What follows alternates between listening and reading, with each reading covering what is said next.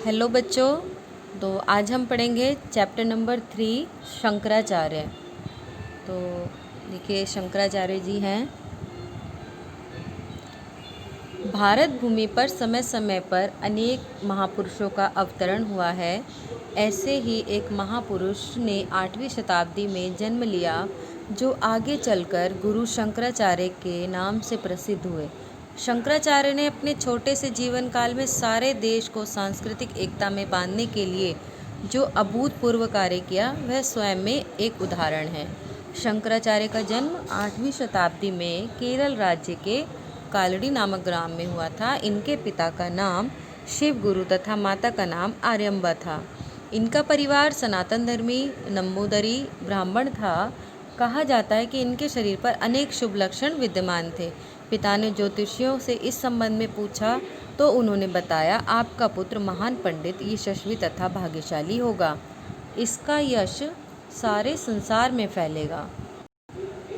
इसके बचपन का नाम शंकर था। ये 3 वर्ष के ही थे तब पिता का देहांत हो गया। 5 वर्ष की उम्र में इनका उपनयन संस्कार हुआ।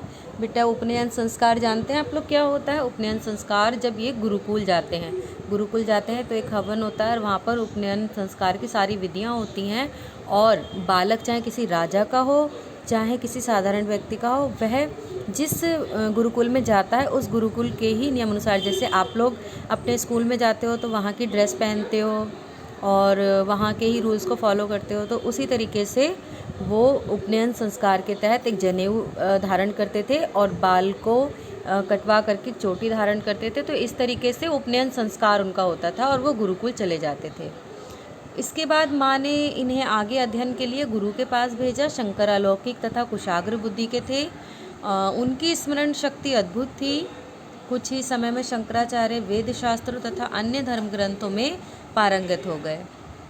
तो उस समय क्या होता था ना कि वेदों की जो शिक्षा होती थी वो श्लोक बोल बोल करके ये बताई जाती थी।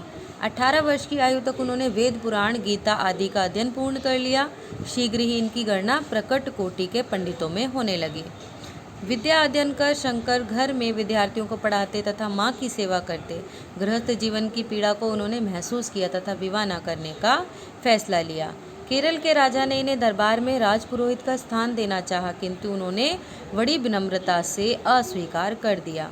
माँ की अनुमति लेकर शंकर ने संन्यास ग्रहण किया। माँ से आज्ञा लेकर शंकर नर्मदा नदी के तट पर तप में लीन सन्यासी गोविंद भगवत पाद के पास पहुँचे।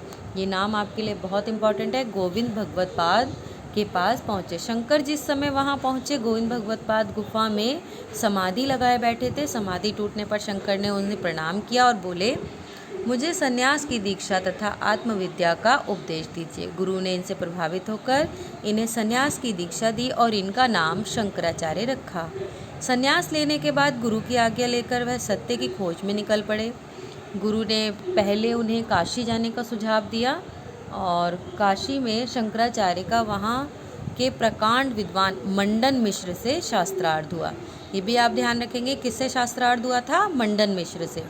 मंडन मिश्र और उनकी पत्नी भारती दोनों बारी बारी से शास्त्रार्थ कर रहे थे। तो बेटा शास्त्रार्थ क्या होता है? यहाँ पर डिबेट जो आपके स्कूल्स में होते हैं, आपके कॉम्पिटिशन्स में होते हैं आजकल, है ना, वाद विवाद प्रतियोगिता, उसे पहले शास्त्रार्थ कहते थे। पहले तो शंकराचार्य उनसे शास्त्रार्थ में हार गए, परंतु पुनः शास्त्रार्थ होने पर वे जीत गए। मंडन मिश्र और उनकी पत्नी शंकराचार्य के शिष्य बन गए। तो एक दिन शंकराचार्य काशी में गंगा स्नान के लिए जा रहे थे। मार्ग में उन्हें एक चांडाल मिला। कौन मिला? चांडाल। शंकराचार्य ने उसे मार्ग से हट जाने के लिए कहा। उस चांडाल ने विनम्रता से पूछा, महाराज आप चांडाल किसे कहते हैं, इस शरीर को या आत्मा को? यदि शरीर को कहते हैं तो वो नश्वर है, यानी आज है कल नहीं रहेगा। जैसा आपका है वैसा मेरा भी है। यदि शरीर के भीतर की आत्मा को, तो वो सबकी तरह एक है, क्योंकि ब्रह्म एक है। शंकराचार्य को उसकी बातों से सत्य का ज्ञान हुआ और उन्होंने उसे धन्यवाद दिया। तो सत्य का ज्ञान उन्हें किससे हुआ था? एक चांडाल से। लोक कल्याण हेतु सन्यासी शंकराचार्य ने पूरे देश में भ्रमण किया। उन्होंने कश्मीर से लेकर कन्याकुमारी तक की पैदल यात्रा की और लोगों को ज्ञान दिया। यात्रा के दौरान उन्हें कई प्रकांड पंडितों से शास्त्रार्थ करना पड़ा, यानी डिबेट करना पड़ा। उन्होंने सभी को शास्त्रार्थ में हराया। शास्त्रार्थ में पराजित हुए ब्राह्मण उनके शिष्य बन गए। उनका कहना था कि अच्छे वचनों को सुनकर उनका अनुसरण करने वाला मनुष्य अपने दोषों से मुक्त होता है और सूर्य के समान चमकता है। वे अहंकार को मनुष्य का सबसे बड़ा शत्रु मानते थे। वे श्रृंगेरी में थे, तभी माता की बीमारी के समाचार मिला। तुरंत माँ के पास पहुँचे। माँ इन्हें देखकर बहुत प्रसन्न हुई। कहते हैं इन्होंने माँ को विष्णु भगवान के दर्शन कराए और लोगों के विरोध पर भी माँ का दाह संस्कार किया। शंकराचार्य ने वैदिक धर्म के प्रचार के लिए भारत के चारों कोनों में मठों की स्थापना की। इस कारण इन्हें जगत गुरु कहा जाता है। तो ध्यान रखिएगा, जगत गुरु ने क्यों कहा गया?